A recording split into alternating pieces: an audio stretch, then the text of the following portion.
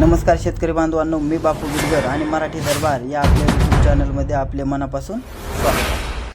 तर बघा, केंद्र शासनाकडून यापूर्वी प्राप्त झालेल्या निर्देशानुसार अपात्र शिधापत्रिकांचा शोध घेऊन अशा शिधापत्रिका रद्द करण्याच्या सूचना सर्व क्षेत्रीय कार्यालयांना यापूर्वी सुद्धा वेळोवेळी देण्यात आल्या होत्या. तर बघा, ही मोहीम शासन आत्ताच का राबवत आहे असा प्रश्न तुम्हाला पडणं साहजिक आहे. तर बघा, शिधापत्रिका म्हणजेच रेशन कार्ड तपासणी ही एक निरंतर प्रक्रिया आहे. सध्या आपल्या राज्यात देण्यात आलेल्या अंत्योदय असतील, प्राधान्य कुटुंब लाभार्थी असतील आणि शुभ्र या सर्व प्रकारच्या शिधापत्रिकांची तपासणी करण्यासाठी दरवर्षी दिनांक 1 एप्रिल ते 31 मे या कालावधीमध्ये शोध मोहीम राबवण्यात यावी असा GR शासनाने काढलेला आहे. तर बघा, शोध मोहिमेत अंत्योदय अन्न योजना व प्राधान्य कुटुंब लाभार्थ्यांच्या रेशन कार्डसाठी शासनाने जी काही कार्यवाही करायची ती कार्यवाही एक शासनाने निश्चित केलेली आहे. तर बघा, सध्याच्या शिधापत्रिका धारकाकडून म्हणजे रेशन कार्ड धारकाकडून काय माहिती घ्यायची आहे तर ते आपण पाहूया.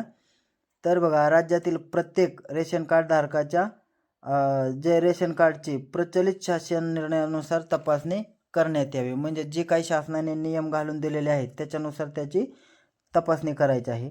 तपासणी करताना त्या विभागातील किंवा कार्यालयातील कार्यक्षेत्रातील जे रेशन दुकानदार असतील त्यांनी ठरवून दिलेल्या वेळेत सोबत जोडलेले शिधापत्रिका तपासणी फॉर्म ऑनलाईन विनामूल्य उपलब्ध करून संबंधित रेशन कार्ड धारकाला द्यायचे आहेत. आता बघा, हे जे रेशन धान्य दुकानदार आहेत त्यांनी संबंधित रास्त दुकानात जोडलेल्या शिधापत्रिका धारकांकडून माहिती असलेले फॉर्म सोबत जोडलेल्या हमीपत्रासह स्वीकृत अर्जदारास स्वाक्षरी आणि दिनांकासह त्यांना पोचपावतीसुद्धा द्यायची आहे. हा फॉर्म भरून देताना शिधापत्रिका धारकांनी ते ज्या भागात राहतात तेथील रहिवासी एखादा पुरावा द्यायचा आहे. आता रहिवासीचा कुठला पुरावा द्यायचा आहे तर बघा, भाडेपावती असेल, तुम्ही राहता त्या जागेचा उतारा असेल, गॅस जोडणीची पावती असेल, बँकेचं पासबुक असेल, वीज बिल असेल, मोबाईल किंवा टेलिफोनचं बिल असेल, ड्रायव्हिंग लायसन असेल, मतदान ओळखपत्र असेल आणि आधार कार्ड याची एखादी प्रत द्यायची आहे. आता एक महत्त्वाचं लक्षात ठेवा या बाबतीत, तुम्ही जो पत्त्याचा पुरावा देणार आहे तो पुरावा 1 वर्षापेक्षा जुना नसला पाहिजे. आता बघा, रेशन कार्ड दुकानदाराने जो कोणी शिधापत्रिका धारक असेल त्यामध्ये बघा, अंत्योदय योजना असेल किंवा प्राधान्य कुटुंब असेल त्या शिधापत्रिका धारकांसाठी शासनाने ठरवून दिलेली जी काय कागदपत्रे आहेत ती संबंधित रेशन कार्ड धारकांना कळवायचं आहे. आता तो फॉर्म व्यवस्थित भरून जी काय कागदपत्रे आहेत ती जोडून दुकानदाराकडे द्यायची आहेत. ही जी आपण वरील कार्यवाही पाहिली तर ती कधी 1 महिन्याच्या आत पूर्ण करायची, म्हणजे दिनांक 30 एप्रिलपर्यंत ही कारवाई त्यांनी पूर्ण करायची आहे. तर बघा, हे झाले शिधापत्रिका धारकांचं काम. आता बघा, तुम्ही जी काही डॉक्युमेंट वरती दिले आहेत त्याची तपासणी संबंधित कार्यालय करेल, म्हणजे क्षेत्रीय पुरवठा कार्यालय करेल. आता बघा, छाननी केल्यानंतर पत्त्याचा पुरावा व जोडलेल्या निकषानुसार आवश्यक कागदपत्रे असलेल्यांची यादी गट अ म्हणून करावी आणि गट ब मध्ये पत्त्याच्या पुराव्यासह आवश्यक जी कागदपत्रे सादर केली नाहीत त्यांची यादी गट ब मध्ये करायची आहे. आता बघा, गट अ यादीतील रेशन कार्ड धारकांची रेशन कार्ड त्यांनी सादर केलेल्या कागदपत्रास अनुसरून योग्य त्या वर्गवारीत म्हणजे प्राधान्य कुटुंब लाभार्थी हे पूर्ववत चालू करायचं आहे. आणि गट ब यादीतील रेशन कार्ड धारकांना वास्तव्याच्या पुराव्यासह आवश्यक कागदपत्रे सादर करण्यासाठी त्यांना एखादी नोटीस पाठवायची आहे. आणि वरील आता जे आपण पुरावे पाहिले रहिवासीचे त्यातील कोणताही एक पुरावा 15 दिवसाच्या आत त्या शिधापत्रिका धारकांनी सादर करायचा आहे. आणि जर त्यांनी 15 दिवसाच्या आत हा पुरावा सादर नाही केला रहिवासीचा तर त्यांचं रेशन कार्ड निलंबित करायचं आहे.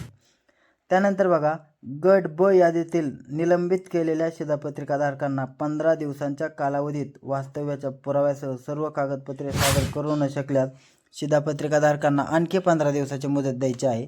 आणि त्या कालावधीत ते जिथे राहतात तिथला एखादा पुरावा त्यांच्याकडून घ्यायचा आहे. आणि आवश्यकतेनुसार वास्तव्याच्या पुराव्यासह परत अजून जर काय कागदपत्रे लागले तर त्याच्यासाठी सुद्धा तिथली परिस्थिती बघून त्यांचा विचार करायचा आहे. आणि समजा तुम्ही बऱ्याच वेळेला त्यांना संधी देऊनही एखाद्या शिधापत्रिका धारकाने ठरलेल्या वेळेत जर कुठले कागदपत्रे दिली नाही तर ती शिधापत्रिका रद्द करायची आहे. आता ही कार्यवाही कधी 31 मेपर्यंत पूर्ण करायची आहे. आता बघा, ही शिधापत्रिका धारकांची तपासणी करताना नेमकी कोणती दक्षता घ्यायची आहे हे आपण पाहूया. तर बघा, शिधापत्रिकांची तपासणी करताना एका कुटुंबात एक एका कुटुंबात व एका पत्त्यावर 2 शिधापत्रिका दिल्या जाणार नाहीत याची दक्षता घ्यायची आहे. अपवादात्मक स्थितीत समजा 2 वेगवेगळ्या शिधापत्रिका देणे आवश्यक असेल तर त्याचा निर्णय तहसीलदार दर्जाच्या अधिकाऱ्यांनी घ्यायचा आहे.